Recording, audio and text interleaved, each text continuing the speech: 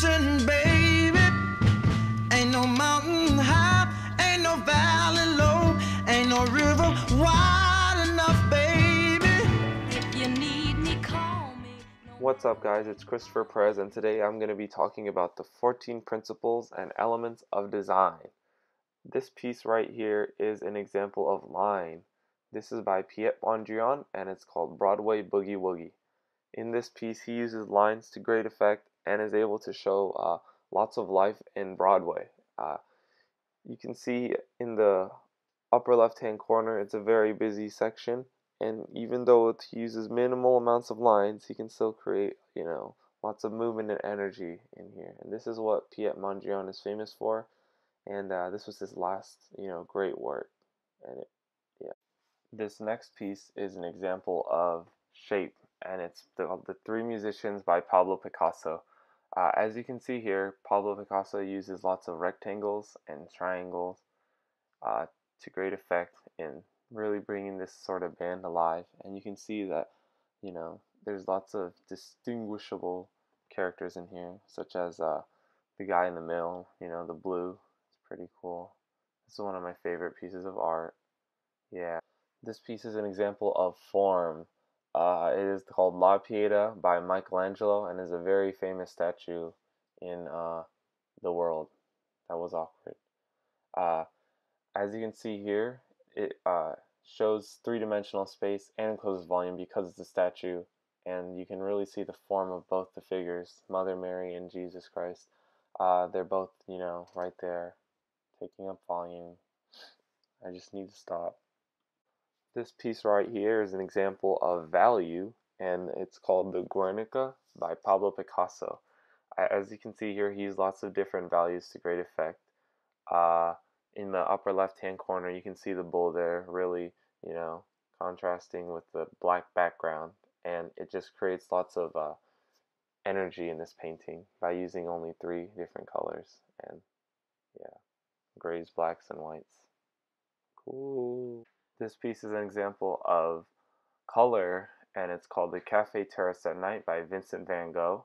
As you can see here, Vincent van Gogh uses the colors to his own benefit as a painter, because the Cafe Terrace, as you can see, is lots of warm colors and really gives energy and good vibes to the cafe, whereas the background is cool colors and it's just really relaxing. And this just goes to show how you can use color in an artwork.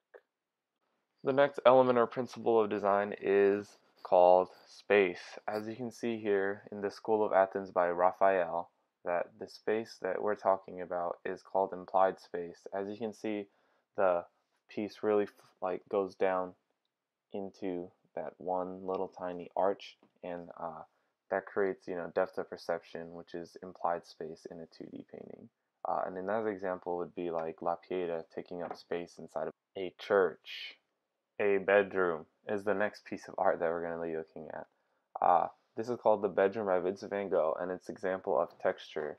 As you can see here, he uses some paint strokes to create the texture of the floorboards, and he has different textures from the cloth on the bed and from the actual bed frame itself and the chair. You can see like some sort of straw design on the chair, and a wood design on the wood floors, which makes a lot of sense because it's wood. Of all my paintings that have been painted on Earth, this is my favorite. This is called The Great Wave off Kanagawa, and it's by I'm not even going to try to pronounce that. But as you can see here, this is a perfect example of balance. As you can see right here, I said that twice now, the top of the tidal wave, or the tsunami, is balanced out by the mountaintop, and this ebb right here on the right side, how it goes up, and there's like 2-3 boats, so that's cool. This piece is an example of unity, brought to you by Claude Monet. This is called the Rue Montorgueil in Paris. That's hard to pronounce too. As you can see, it's a sense of wholeness in art. So everything in this painting is unified under you see the Paris flags, and they're all flying, all the same color, and there's lots of people that are similar, and everything goes down the same alley. It's very united and tight-knit piece. If you haven't seen this guy's paintings before, you should go check them out. His name is Tang Hoong. He's an artist from Malaysia, and this is his piece Day versus Night.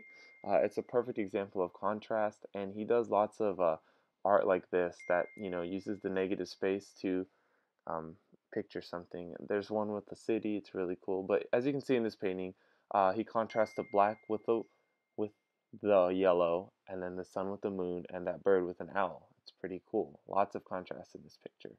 Of all the pieces on my list, this is the one that I want to see in real life because as you can see on your screen, it gets really wonky on the sides of the square because of all the little lines. Uh, this is called the deep magenta square by Richard Anuszkiewicz. As you can see here, the thing that's being emphasized is the deep magenta square, and the lines come together at a focal point to make sure that is achieved. The next piece that I have is Tesselation 85. This is an example of pattern.